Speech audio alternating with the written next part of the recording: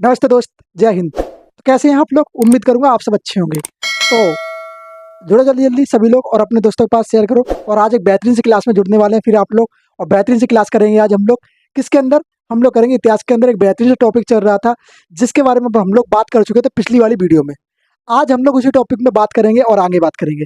तो जल्दी से जल्दी जुड़ जाओ और अपने सभी दोस्तों के पास भेज दो वीडियो को। और आज बात करेंगे एक महान व्यक्ति के बारे में जिसका महान व्यक्तित्व था, और जिसने जिसने क्या किया, हमारी आज़ादी के लिए अपनी जीवन को बलिदान कर दिया। आज हम लोग उस व्यक्ति के बारे में बात करने वाले हैं। तो जल्दी जल्दी जुड़ जाओ दोस्तों। और पहली बात कह देता हूँ, अंतिम तक सभी रुकना, अंतिम वीडियो तक सभी देखना कि आपको आज मज़ा आने वाला है। क्लासेस आपको अच्छी लगेगी, बहुत अच्छी लगने वाली है। क्योंकि मैं आज आपको ऐसे पढ़ाने वाला हूँ जो किसी ने शायद नहीं पढ़ाया होगा आपको। क्योंकि वो चीज़ मैं आपको समझाऊँ जो आपको समझ में आने वाली है, और वो रखे हैं टॉपिक मैंने जो आपके पेपर के पॉइंट ऑफ व्यू से इंपॉर्टेंट होने वाले हैं। थ्योरी क्लासेस है, थ्योरी क्लास में सारी चीज़ समझाई जाती है तो आपको पता है, क्लियर पता रहेगा। पर आज मैं आपको वो चीज़ें बताऊंगा जो आपके पेपर के पॉइंट ऑफ व्यू से इंपॉर्टेंट होने वाली है। तो जरा फोकस करना ध्यान से चीज़ों को, कि आज को वही चीज़ करेंगे जो हम फोकस होगा, चीज़ें जो पेपर में फोकस रखती हैं। ओके, तो आज हम लोग भगत सिंह जी के बारे में बात करेंगे। तो एक बार कमेंट बॉक्स में भाई साहब जय हिंद लिख दो जल्दी से जल्दी। सभी दोस्त जय हिंद लिख दो कमेंट बॉक्स के अंदर। जय हिंद से क्या होता है, हमें भी उत्साह मिलता है और आप लोगों को भी उत्साह मिलता है। तो सभी भाई जय हिंद लिखेंगे जल्दी से जल्दी। अब आपको लाइव क्लास जैसे एक्सप्रेस मिलने वाला है, जल्दी जल्दी कर दिया। अच्छा, शेयर जरूर कर देना भाई, शेयर कर देना और सब्सक्राइब करके बेल आइकन को दबा देना, जरूर दबा देना, जिससे क्या रहेगा नोटिफिकेशन आपके पास मिलता रहेगा। तो शुरू करें गड़गड़ाहट के साथ, जोर से आवाज आए। जय हिंद। शुरू करते हैं नई क्लास इसको। चलो आ जाओ। आज की क्लास होने वाली है इतिहास के ऊपर। क्या होगा? इतिहास, हिस्ट्री। हिस्ट्री होने वाली। हिस्ट्री हम लोग चली रही है, आपको जानते हैं अंतिम आ चुकी है हम लोग हिस्ट्री पे। मतलब इससे पहले हमारी क्लासेस हो चुकी है बहुत सारी। हम लोग और प्राचीन इतिहास भी कर लिया, मध्यकालीन भी कर लिया, अब आधुनिक इतिहास भी हम लोग चल रहे हैं। इससे पहले हमारी बहुत सारी क्लासेस हो चुकी हैं। जिसने शुरुआत से नहीं किया शुरुआत से कर लेना, और जिसने पहले कर रखा है इस वाली वीडियो को देखना है तो स्पेशली फॉर आपके लिए है ये वीडियो। जिसको सिर्फ स्पेशली भगत सिंह जी के बारे में जानना है तो वो सिर्फ यहाँ पे देख सकते हो आप लोग। आ जाओ। पर इससे पहले जो पहले वीडियो बनी है उसको जरूर देख लेना, जो HRA के बारे में है। HSRA में है ना, हिंदुस्तान सोशलिस्ट रिपब्लिकेशन एसोसिएशन। उसको जरूर देख लेना, उससे पता चल जाए काकोरी कांड क्या था। वो चीज़ जरूर देख लेना। फिर शुरू करते हैं, चलो आ जाओ। बात करेंगे आज हम लोग भगत सिंह जी के बारे में। शहीद भगत सिंह। शहीद क्या कहेंगे आप? कहेंगे भैया शहीद भगत सिंह। कौन भगत सिंह? शहीद भगत सिंह, जिन्होंने हमारे लिए अपना बलिदान दिया। क्या दिया? शहीद भगत सिंह।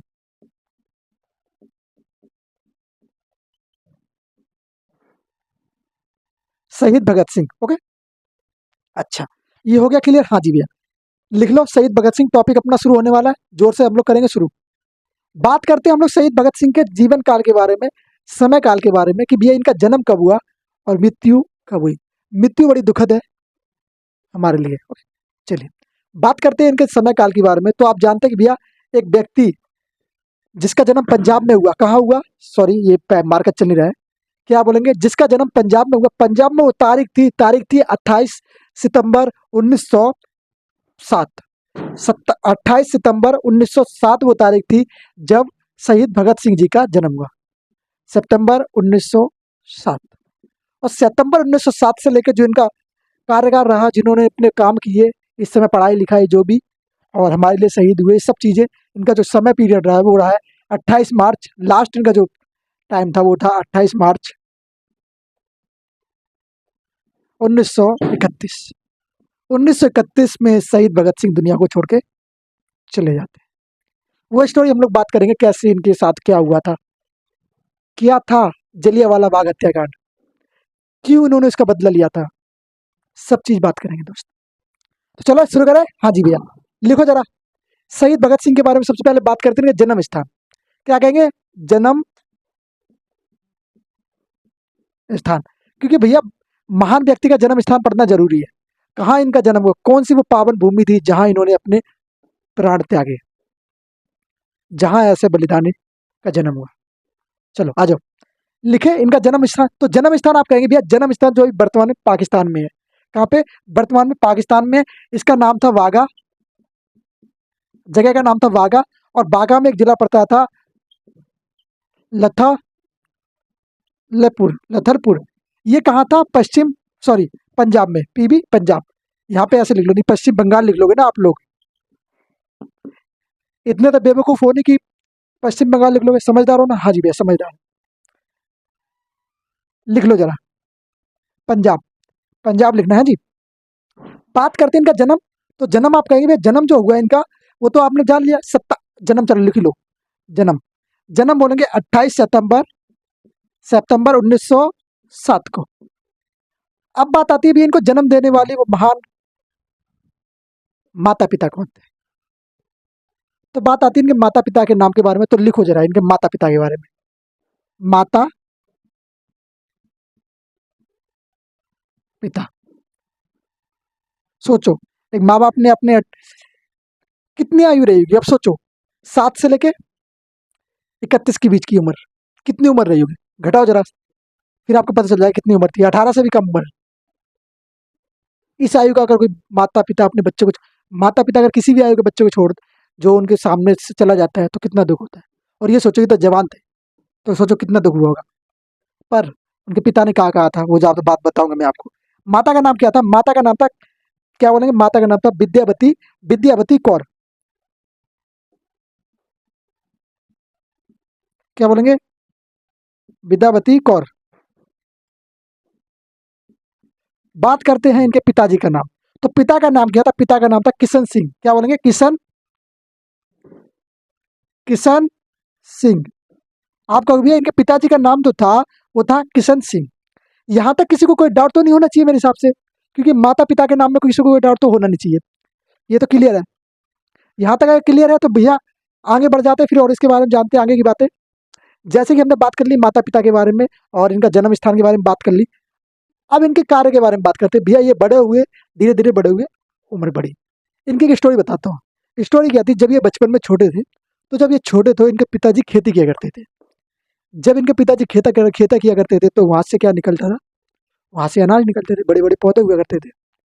तो एक दिन क्या हुआ, एक दिन जो भगत सिंह जी जो है वो क्या कर रहे थे, वो अपने खेत में क्या कर रहे थे, अपने खेत में एक जगह सी बना के हल्की सी, वहां पे लकड़ियां गाड़ रहे थे। लकड़ियां गाड़ रहे थे तो इनके पिताजी ने देखा। उन्होंने कहा बेटा ये क्या कर रहे हो? उन्होंने कहा पिताजी मैं ये लकड़ियां गाड़ रहा हूँ। और बोला इसका क्या करोगे? बोले आगे जाके ये बंदूकें बनेंगी।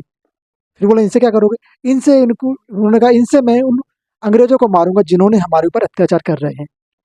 तो सोचो एक छोटे से व्यक्ति की बच्चे की क्या मानसिकता थी उस समय, क्योंकि अत्याचार इतना हो चुका था उसके ऊपर, उनके ऊपर। तो उन्होंने क्या किया, क्या विचार बने उनके दिमाग में, सोचो। सोच के भी दिल घबराता है कि उस समय की क्या बात रही होगी। चलो, और फिर इस समय काल में इन्होंने जिया है भाई, इन्होंने वो समय काल बीता है, इनके ऊपर वो चीजें बीती हुई है। आ जाओ, चले शुरू करें, आ जाओ। बात करते हैं पिता माता पिता का नाम हम लोग बात कर चुके हैं। अब हम लोग बात करते हैं इनका जीवन परिवर्तन हुआ कैसे। इनके जब जीवन में बड़े हुए तो शुरुआत से आपको पता था, ये तो शुरुआत से ये क्रांतिकारी रहे हैं, क्योंकि अपन आपने मैंने अभी स्टोरी बताई, आपको पता चल गया। तो क्या होता है इनके जीवन में, ऐसा क्या होता है जिसके बाद से ये अपने आप को और बदलना शुरू करते हैं, और फिर क्या होता है, आई आखिरी पर उनको फांसी की सजा दी जाती है। और फांसी की सजा भी दी गई, पर उनके माता पिता को नहीं बताया गया, उनको उनकी लाश भी नहीं दी गई। क्या चीज थी, चलो आओ लिखो। बात होती है भैया 13 अप्रैल 1919 की। मैं इसको मिटा देता हूँ। क्या कहते हैं, 13 अप्रैल 1919 की। 13 अप्रैल 1919 को एक हादसा होता है। एक हादसा होता है या बोले एक षड्यंत्र था, किसका? अंग्रेजों का। क्या होता है कि एक विवाद चल रहा था, विवाद चल रहा था, एक एक्ट आया था। एक्ट कौन सा आया था? Rowlatt Act. और रोलेट एक्ट के विरोध में बहुत सारे क्या हुए, बहुत सारे जो व्यक्ति थे वो कहाँ पहुंचे? वो पहुंचे जलियांवाला बाग हत्या, जलियांवाला बाग में। जलियांवाला बाग तो हत्याकांड इसका बाद में नाम पड़ा, उस समय तो जलियांवाला बाग था। हाँ जी। तो उस समय क्या हुआ था, लिखो जरा, पहले लिख लो फिर मैं बताता हूँ। 13 अप्रैल 1919, 13 अप्रैल 1919 की घटना है, जिसको सब जानते हैं। उसका नाम था जलियांवाला बाग। जलियांवाला बाग हत्याकांड के नाम से इसको जाना जाता है। इस घटना को क्या जाना जाता है? जलियांवाला बाग, वाला बाग। कौन सा बाग भैया? आप बोले जलियांवाला बाग हत्याकांड।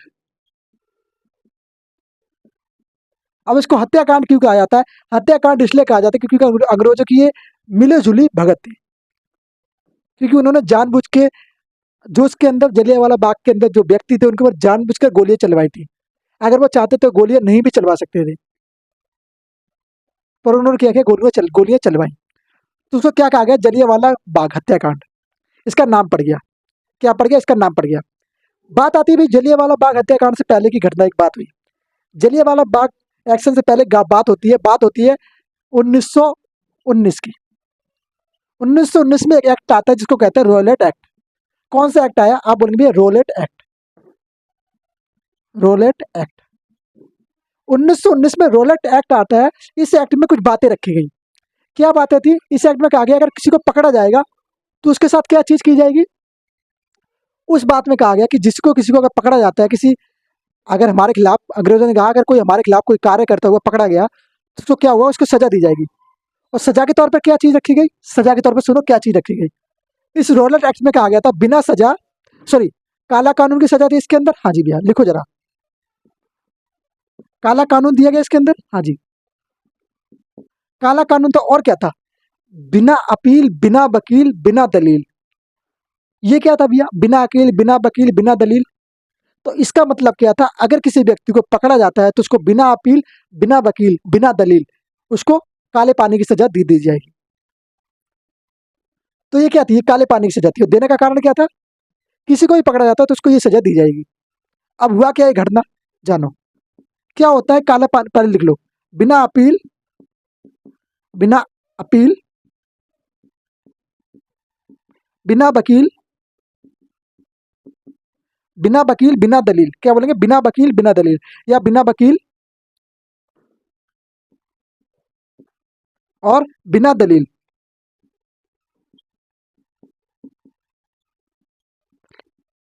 क्या किया गया, बिना अकील, बिना वकील, बिना दलील।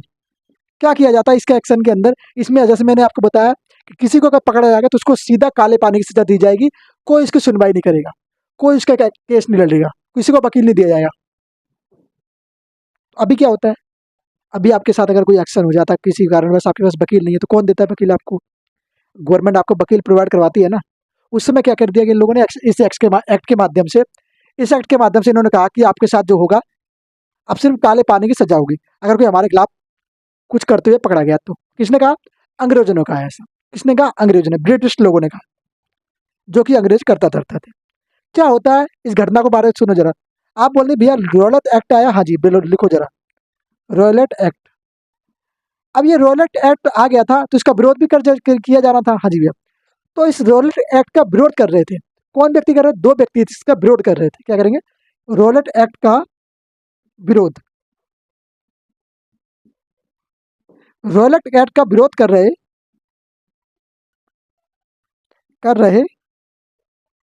अब ये व्यक्ति कौन थे, आप बोलेंगे डॉक्टर सत्यपाल सत्यपाल और डॉक्टर सत्यपाल और, सॉरी, सत्यपाल, और आप कहेंगे और एक व्यक्ति और शामिल थे इसके अंदर। और कौन से थे, आप बोलेंगे सैफुद्दीन किचलू। क्या बोलेंगे, सैफुद्दीन किचलू। लिखो जरा, सैफू सैफुद्दीन किचलू, सॉरी सैफुद्दीन किचलू, सैफुद्दीन किचलू, ये व्यक्ति इसमें शामिल थे।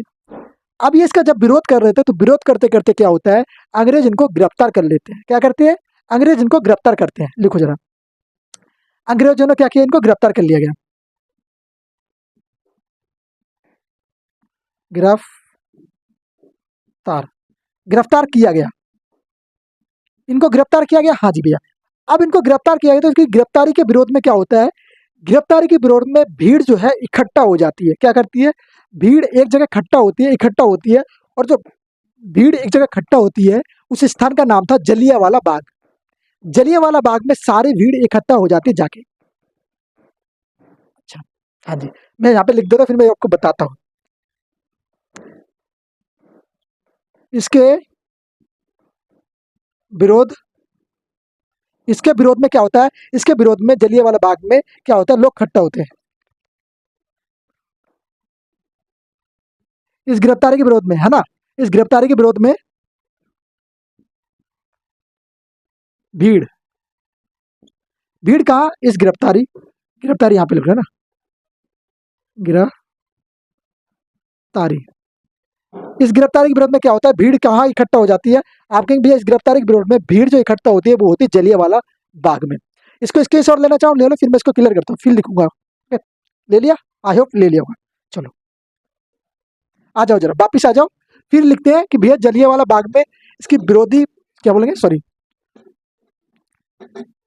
इस एक्शन के विरोध में क्या किया इन लोगों ने।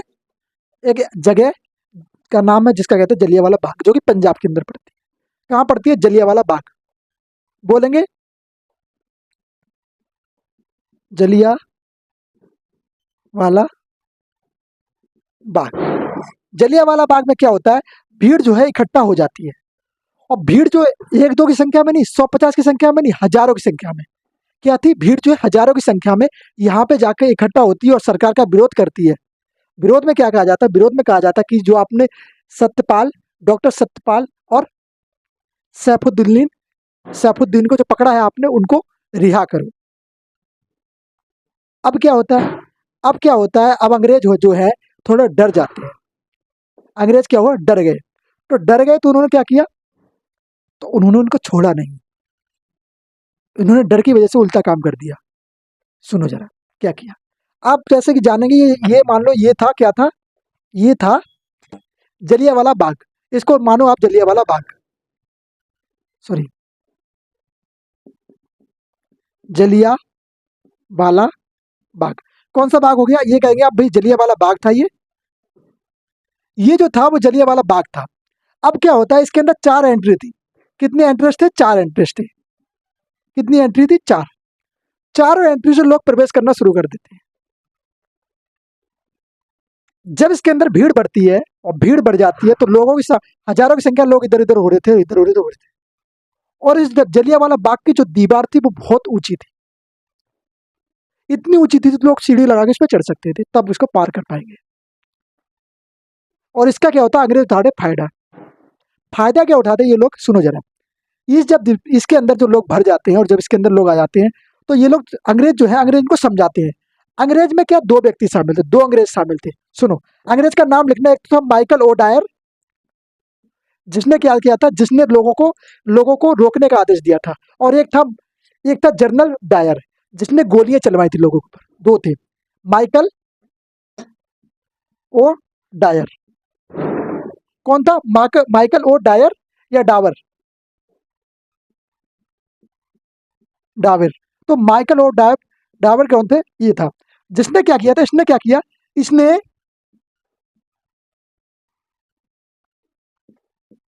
क्या किया था, इसने लोगों पर सॉरी लोगों को रोका। इसने लोगों को रोकने का आदेश दिया। किसका आदेश दिया, आपके लिए इसने जो है लोगों को रोकने का आदेश दिया। पर यही एक व्यक्ति और था जिसका नाम था डायर। कौन था, जनरल डायर। यहाँ पे, अच्छा, यहाँ पे लिख लो इसको, जनरल डायर। जनरल डायर जो व्यक्ति था, उसने क्या किया, उसने लोगों पर गोलियां चढ़वा दी। जो भीड़ थी ना जलियांवाला बाग में, उसके ऊपर उसने क्या किया, गोली के आदेश दे दिए कि ये लोग हैं, इनके ऊपर गोली चला दो। तो क्या किया, कौन व्यक्ति था ये, बोलेंगे जनरल डायर ने क्या किया, भीड़ पर गोली चलाने का आदेश, क्या दिया, गोली चलाने का आदेश दिया। अब क्या होता है, ये व्यक्ति है जो माइकल ओ डायर था, और एक डायर, जनरल डायर और जनरल माइकल ओ डायर। एक तो कहता भैया क्या करो, इन लोगों को भजाओ, यहाँ से रोको इन लोगों को कि अंदर ये लोग ना आए और ये लोग ना बढ़े अंदर।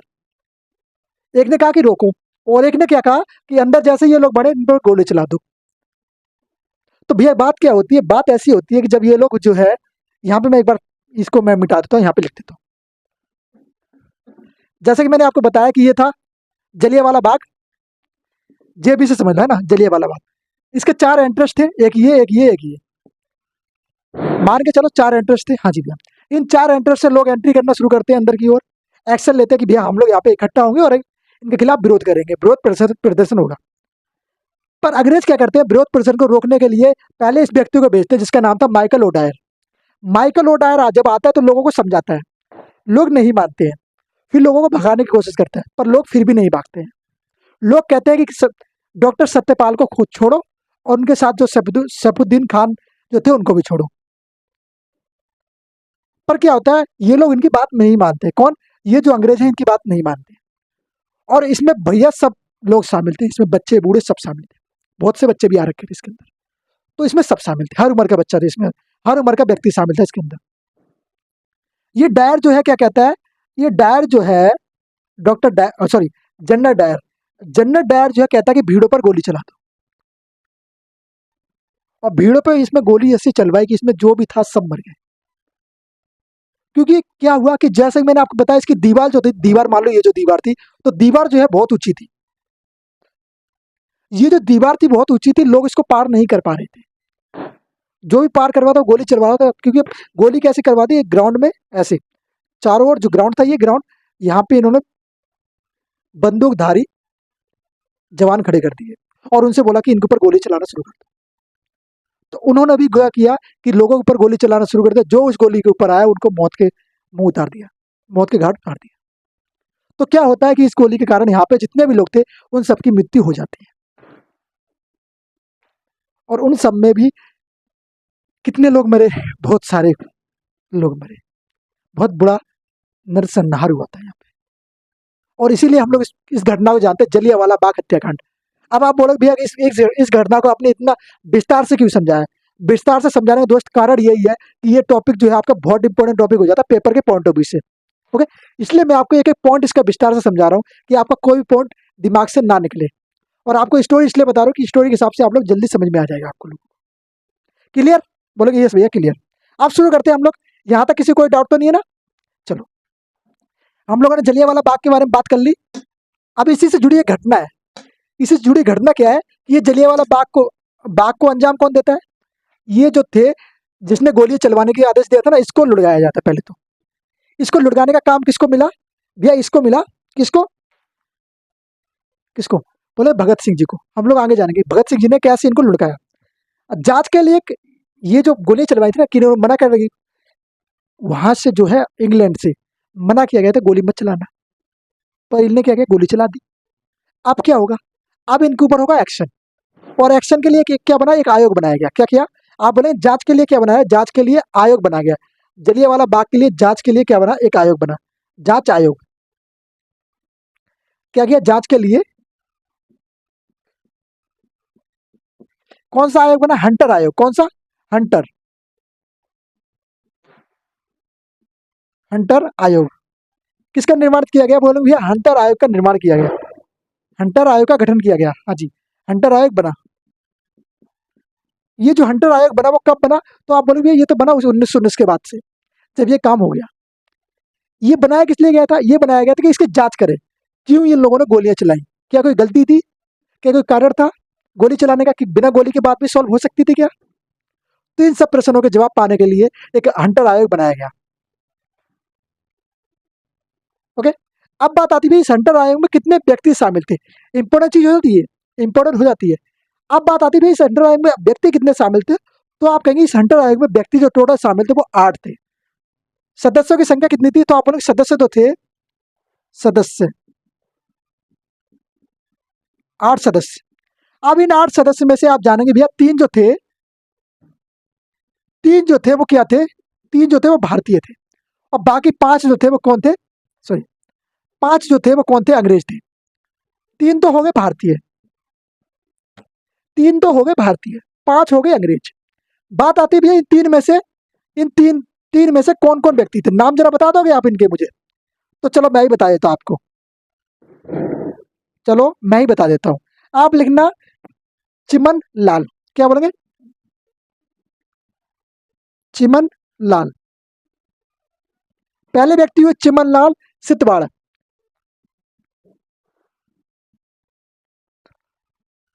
सितलाबड़ा कौन हुए? सॉरी यहाँ पे लिख लो, आप लिखो ना सितलाबड़ा, सितलाबड़ा। चमन लाल चमनलाल सिद्धलाबड़ा। उसके बाद एक व्यक्ति आए साहिबजादा, साहिबजादा आप बोलोगे सुल्तान, साहिबजादा सुल्तान। ये भी व्यक्ति क्या थे, ये भी इसमें शामिल थे। किसमें, इस हंटर आयोग में, हंटर आयोग में, याद रखना हंटर आयोग में।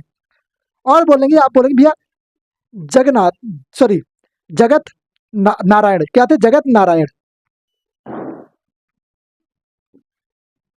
कौन थे इसमें शामिल, आप बोलेंगे भैया 3 व्यक्ति इसमें शामिल थे हंटर आयोग में जो कि भारतीय थे। ये लिख लो, भारतीय लिख लो। क्या कहोगे आप, लिख लो भारतीय, क्या लिखोगे, भारतीय लिख लो जरा एक बार। आप इसका स्क्रीनशॉट ले लो, फिर मैं आपको समझा देता हूँ क्या चीज थी। जैसे कि मैंने आपको बताया कि इसके अंदर कितने व्यक्ति शामिल थे, इसके अंदर व्यक्ति जो थे 8 थे। 8 में से जो संख्या थी उनमें से 3 संख्या तो भारतीय की थी और 5 संख्या थी अंग्रेजों की। Clear, no doubt. अब आ जाए जरा यहाँ पे। नाम तो था, पहले थे चिमनलाल, उस सॉरी चिमनलाल, उसके बाद शहजा सॉरी शहबाजजादा सुल्तान, उसके बाद जगत नारायण, उसके बाद जगत नारायण। ये 3 व्यक्ति, बाकी 5 अंग्रेज थे। बाकी 5 अंग्रेज को आप मत जानो, पर इनको जरूर जान लेना, भारतीय लोगों को। प्रश्न बनता है इनसे, इसलिए प्रश्न बनता है। चले,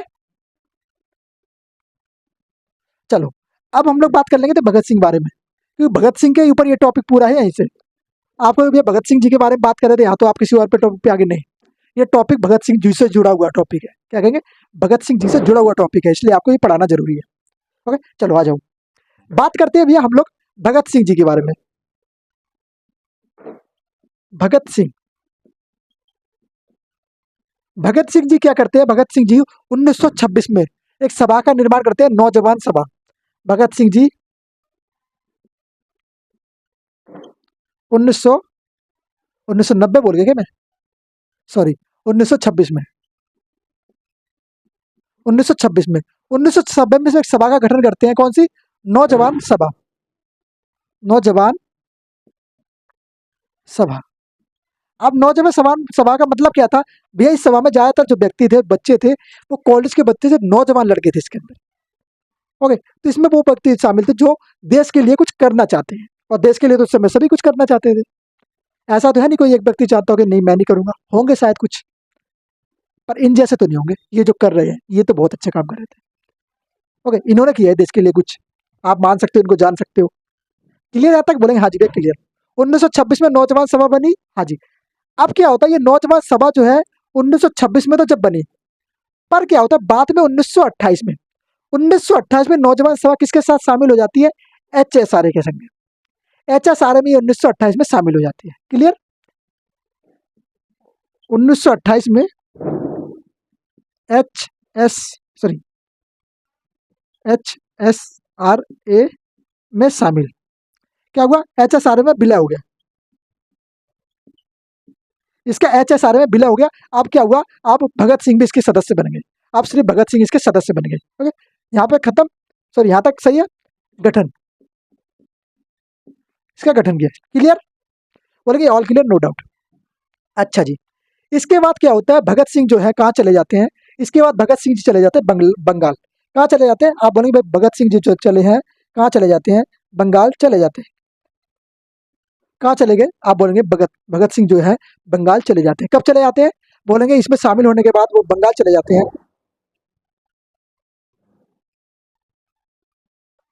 ओके, तो ये क्या हुआ, ये क्या हुआ, भगत सिंह जो है बंगाल चले गए। लिखो जरा, इसके बाद ये है बंगाल।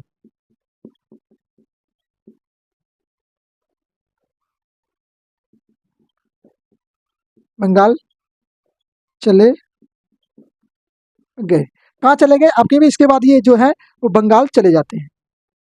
अच्छा जी, बंगाल जाके क्या करते हैं, बंगाल जाके एक व्यक्ति के साथ शामिल होते हैं। क्या करते हैं, ये प्रताप पत्रिका, प्रताप पत्रिका में ये शामिल होते जाके, किसके साथ, प्रताप पत्रिका में। क्या बोलेंगे, उस समय एक प्रताप पत्रिका चलती थी, कौन सी, प्रताप, प्रताप पत्रिका।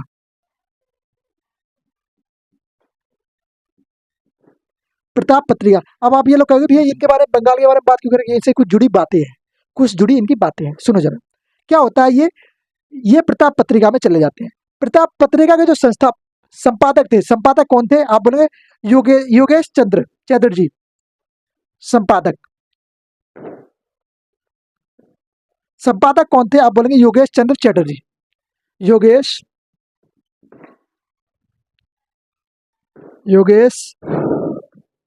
चंद्र चैटर्जी।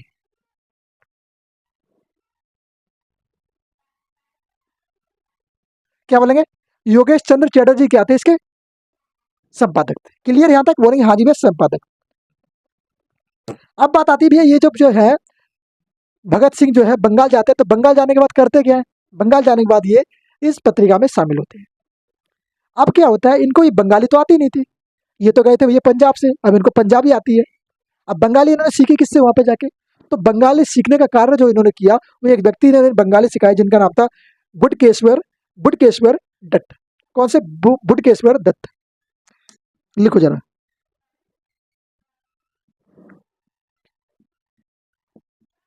बुडकेश्वर दत्त। बुडकेश्वर दत्त ने इन्हें बंगाली भाषा सिखाई। कौन सी भाषा? आप बोलेंगे बंगाली भाषा। बंगाली भाषा। बंगाली भाषा किससे सीखी इन्होंने? आप बोलेंगे बुडकेश्वर दत्त से बंगाली भाषा सीखी।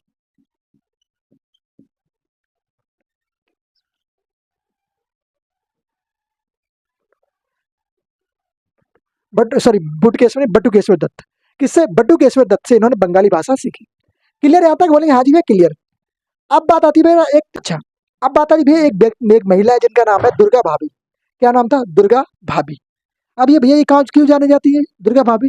सुनो जरा, दुर्गा भाभी क्या काम था इनका? अब बात करते हैं इनका। दुर्गा भाभी ये कहती है भगवती चरण की क्या थी? ये भगवती चरण की पत्नी थी। भगवती चरण बुहारा। भगवती चरण बुहारा की क्या थी? ये पत्नी थी। और इन्होंने एक पुस्तक छापी थी। पुस्तक कौन सी थी? पत्नी। पत्नी। बुक का नाम क्या था? बुक का नाम जरा लिखना। बुक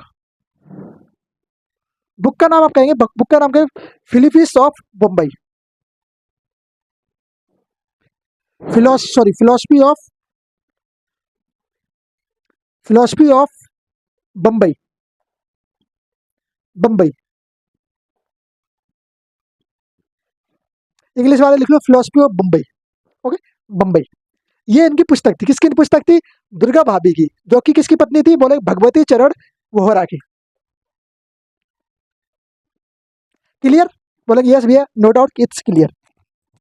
यहाँ पे मैं मिटा दो फिर आगे बढ़े। हाँ जी भैया मिटा दो फिर आगे बढ़ते हैं। अच्छा जी, अब दोस्त हम लोग बात करेंगे कुछ और चीजें बारे में। एक दो टॉपिक और बचे हुए हैं।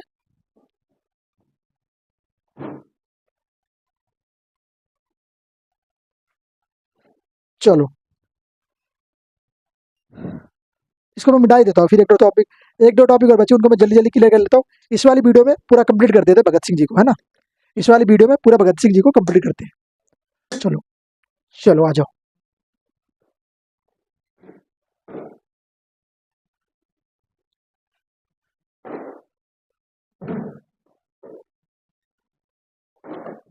आ जाओ जरा। अब तारीख आती है भैया 8 अप्रैल 1929 की। तारीख क्या थी? तारीख थी 8 अप्रैल 1929।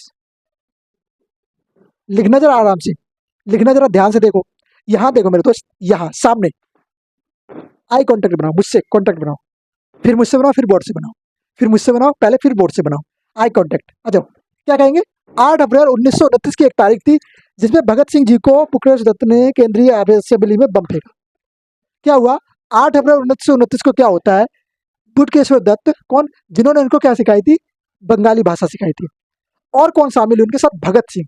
क्या हुए? भगत सिंह इनके साथ मिले, और इन दोनों व्यक्ति ने मिलकर क्या किया? असेंबली के अंदर क्या किया? बम फेंक दिया। क्या फेंका? बम फेंकने की घटना कर दी। सुनो जरा, सॉरी, भगत सिंह जी एवं बटुकेश्वर, बुटकेश्वर नहीं, बटुकेश्वर दत्त ने मिलकर क्या किया? मिलकर असेंबली में बम फेंका। कहां पर बम फेंका? आप बोलेंगे असेंबली में, केंद्रीय असेंबली, सॉरी, मिलकर, मिलकर केंद्रीय असेंबली। कौन सी असेंबली? आप बोलेंगे केंद्रीय असेंबली में क्या किया इन्होंने? असेंबली, असेंबली में क्या करते? बम फेंक देते। ये क्या किया इन लोगों ने मिलके? बोला केंद्रीय असेंबली में इन लोगों ने मिलके क्या फेंका? बम फेंक दिया। अब बम फेंका तो क्या हुआ? बम फेंका तो हुआ क्या? यहाँ पे थे अंग्रेज, और उन अंग्रेजों में क्या हुआ? अब सोच लो, बम फेंका है तो क्या होगा? तो बम फेंका, असेंबली में बम का धमाका हुआ, और बम के धमाके के साथ कुछ अंग्रेज भी उड़ गए। फिर क्या होता है? इनको बम के धमाके के लिए इन लोगों को पकड़ा जाता है। किन लोगों को पकड़ा जाता है? इन लोगों को पकड़ा जाता है। और क्या होता है? भगत सिंह जी इसका बदला भी लेते। किसका? बोलेंगे भैया जलियांवाला बाग हत्याकांड का इनके बदला भी लेते। कौन लेते हैं? भगत सिंह जी। अब क्या हुआ? अब सुनो, असेंबली में बम फेंक दिया, हाँ जी। असेंबली में बम फेंकने के कारण क्या होता है? 23 अप्रैल 1931 तारीख थी 23 अप्रैल 1931। 1931 में क्या किया जाता है? 3 व्यक्ति को पकड़ा जाता है, और पकड़ के क्या किया? 3 व्यक्ति को फांसी की सजा दी जाती है। सजा सुनो, 3 व्यक्ति कौन कौन थे पहले सुनो। भगत सिंह जी,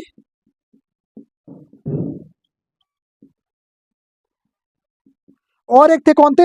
राजगुरु। राजगुरु और थे सुखदेव। ये 3 वो व्यक्ति थे जिन्हें फांसी की सजा दी गई थी। तीनों ये महान व्यक्ति थे। नाम देखो, इनको क्या कहते? फांसी की सजा।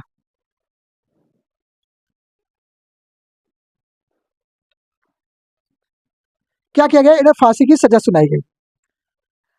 भगत सिंह को तारीख थी, वो कौन सी तारीख थी? आप बोले भगत सिंह भैया, जब इनको सजा सुनाई गई तो तारीख थी 13 अप्रैल 1931। इनको फांसी दी गई। अब घटना क्या थी यहाँ पे? घटना ये थी, जब इन तीनों व्यक्ति को पकड़ा गया था, तो इन तीनों व्यक्ति को पकड़ा गया था तो उस समय बहुत से लोग आए इनको छुड़वाने के लिए। पर अंग्रेजों ने क्या किया? क्या कहेंगे? ये इनको फांसी सजा सुना दी जाती है। अच्छा जी, क्या थी घटना? जब ये लोग को पकड़ा गया और इन लोगों से किसी को मिलने नहीं दिया जा रहा था। और एक दिन क्या होता है कि फांसी की सजा तय थी कुछ दिन पहले, 23 तारीख से 2 दिन पहले, मान के चलो 22 तारीख को। तो फांसी की सजा तय थी 22 तारीख को थी। पर होता क्या है कि 22 तारीख से पहले ही इनको फांसी की सजा दी जाती है, फांसी दे दी जाती है। और जब फांसी दे दी जाती है तो इनको किसी को बताया नहीं जाता कि तुम्हें फांसी दी जा रही है, और उनके फैमिली वालों को भी नहीं बताया जाता कि तुम्हारे लड़कों को फांसी दी जा रही है। और चुपके चुपके ये लोग क्या करते हैं? भगत सिंह, राजगुरु और सुखदेव, इन तीनों लोगों को क्या करते हैं? फांसी दे दी जाती है। और फांसी देने के बाद इतना भी नहीं हुआ, इसके बाद और घटना हुई। घटना की हुई, इनकी जो अर्थी है ना, वो भी इन लोगों को नहीं दी गई, इनकी फैमिली वालों को। क्या किया गया फिर? इनकी जो अर्थी है वो ले जाके कहा? अंग्रेजों ने एक जगह पे जला दी। पर क्या हुआ? लोगों ने इसके बारे में पता चल गया था लोगों को कि हाँ ये लोग ऐसा कार्य कर रहे हैं, तो उससे पहले ही लोग भीड़ उधर को, जो जेल थी उसकी ओर जा रहे थे। फिर क्या होता है? सारी भीड़ वहां तक पहुंचती है। पहुंचने के बाद उनकी जो अर्ध जली, जो उनकी शरीर था, उसको उठा के ले जाते हैं। फिर उसको बाकायदा पूरे क्रियाक्रम के हिसाब से जलाया जाता है, अंतिम संस्कार किया जाता है। अंग्रेजों ने इतना अत्याचार किया, उनकी मरी हुई मरा हुआ शरीर भी माँ बाप को नहीं दिया। सोचो, सोचना, विचार करो, अगर इन चीजों पर विचार किया करो। चलो, क्या कहें? 23 अप्रैल 1931 को क्या हुआ? भगत सिंह, राजगुरु, सुखदेव, तीनों को सजा दी जाती है। अब बात आती है भैया भगत सिंह जी की समाधि स्थल। भगत सिंह की समाधि स्थल क्या बोलेंगे? भगत सिंह की समाधि स्थल कहाँ है? आप बोलेंगे समाधि स्थल। अगर हम लोग बात करें भैया समाधि स्थल, तो समाधि स्थल पंजाब में है। अब पंजाब का गांव है, गांव कौन सा है? गांव था गांव था बोलेंगे, गांव था हुसैन वाली, सॉरी, हुसैन वाली। हुसैन वाली गांव था। हाँ जी भैया। अब सॉरी, ये जेल का नाम सुन लो, कौन सी जेल में इन्हें फांसी दी गई थी। जेल का नाम था, ओके, जेल का नाम था लाहौर जेल। लाहौर जेल में दी, लाहौर सेंट्रल जेल। कौन सी जेल थी? Lahore central jail. वर्तमान में तो कहाँ है? वर्तमान में पाकिस्तान के एरिया में ये वाली लाहौर।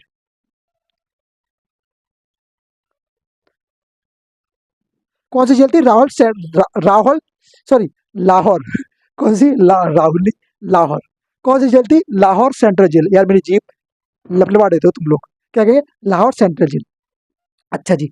अब बात आती है, क्या भैया इनकी जो फांसी दी जा रही थी, तो इसे रोकने के लिए किसी ने कोई एक्शन नहीं लिया क्या? कोई बड़े बड़े जो लोग थे, जैसे गांधी जी हो गए, और भी व्यक्ति थे, कि इसके फांसी की रोक में नहीं आए सामने? आए, पर किसी ने कुछ कहा, किसी ने कुछ कहा, और इनकी फांसी नहीं रुकवा पाए। अगर बोला जाता है कि गांधी जी चाहते तो फांसी रुकवा देते। बहरहाल मैं उस बात पे बात नहीं करूंगा, पर हमारी बात यहीं तक है कि वो लोग चाहते तो रुकवा देते, पर किस कारण रुकवाए वो वही जाने भैया। चलो, बात करते हैं क्या होता है फांसी की सजा, jail Lahore central jail. Okay, clear. बात आती है भैया यहाँ पे, जो जिनको सजा के तौर पे दी गई थी ना जेल में, उससे वकील कौन थे? असफ अली थे। अच्छा, और लिख दे, एक लिखना शुरू करो। चलो, इसके बाद हम लोग आगे बढ़ेंगे, तो बात करेंगे भैया कौन व्यक्ति था जिसने इनकी फांसी की सजा को किसमें कन्वर्ट करवाने की कोशिश करी? उम्र कैद में। उम्र कैद में कन्वर्ट करवाने की कोशिश किसने करी, वो सुन लो।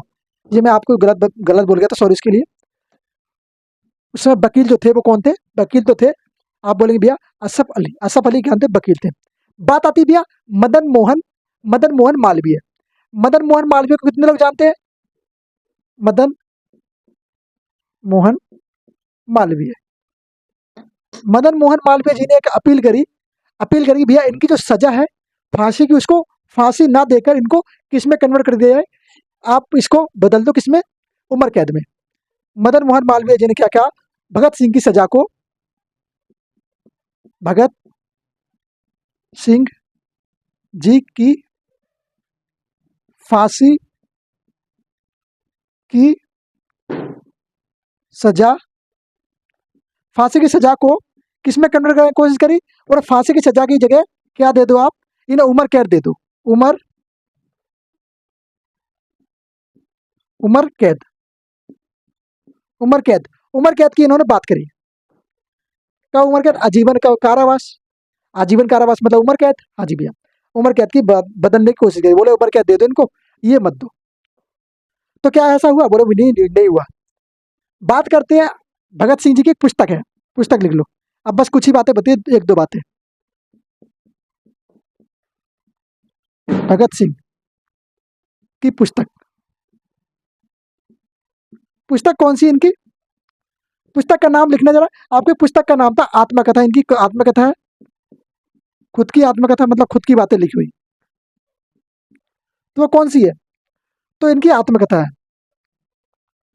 कौन सी थी? स्वाधीनता की लड़ाई में, स्वाधीनता, स्वाधीनता की लड़ाई, लड़ाई, लड़ाई, सॉरी, लड़ाई, लड़ाई में, लड़ाई में पंजाब, स्वाधीनता की लड़ाई में पंजाब एक पुस्तक थी। ये तीन ये क्या थी? ओके, तो ये स्वाधीनता की लड़ाई होगी। उसके बाद क्या हुआ? उसके बाद एक और पुस्तक थी, the door to death, the door to death, death, क्या कहेंगे? द डोर टू डेथ, मतलब मौत की ओर, मौत की ओर जो गेट है। Okay, door to death. उसके बाद कौन सी?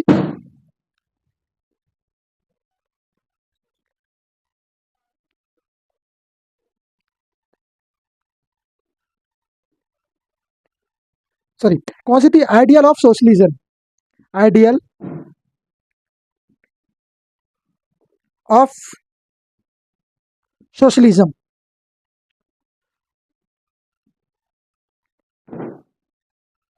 कौन सी पुस्तक थी इनकी? Ideal of socialism. लिख लो जरा, ये तीन चार पुस्तक थी इनके बारे में। इन्होंने अपने बारे में कुछ लिखा, इन्होंने लिखा कि मैं नास्तिक हूं। क्या लिखा? इन्होंने लिखा कि मैं नास्तिक हूं। क्या लिखा इन्होंने? इन्होंने कहा मैं नास्तिक हूं। नास्तिक हूँ। क्यों हूँ नहीं क्यों हूँ। इन्होंने क्वेश्चन किया वाई आई एम नास्तिक, वाई आई एम नास्तिक, तो इनका क्वेश्चन था। तो आज हम लोगों ने जो पूरी वीडियो में भगत सिंह जी के बारे में विस्तार से जाना, क्या जाना, विस्तार से जाना, पूरी बातें जानी। तो उम्मीद है, आई होप आप लोगों को सब चीज़ क्लियर हो गई होगी। तो क्लियर हो गया तो एक बार लाइक से सब्सक्राइब कर दीजिए और अपने दोस्तों के पास शेयर कर दीजिए। और उम्मीद है मुझे ये सेशन आपके लिए बहुत अच्छा लगा कि आप लोग अंत तक रुके। जो जो अंत तक रुका है, मैं समझता हूँ कि आप लोग आगे बढ़ने के लिए अपने लक्ष्य को प्राप्त करोगे, जरूर करोगे। तो आई होप सबको समझ में आएगा। और all the best for your upcoming exam. और अपनी तैयारी करते रहिएगा, बेस्ट तैयारी में जुड़े रहिएगा। तो मिलते हैं नेक्स्ट वीडियो में। नमस्ते, जय हिंद, जय भारत।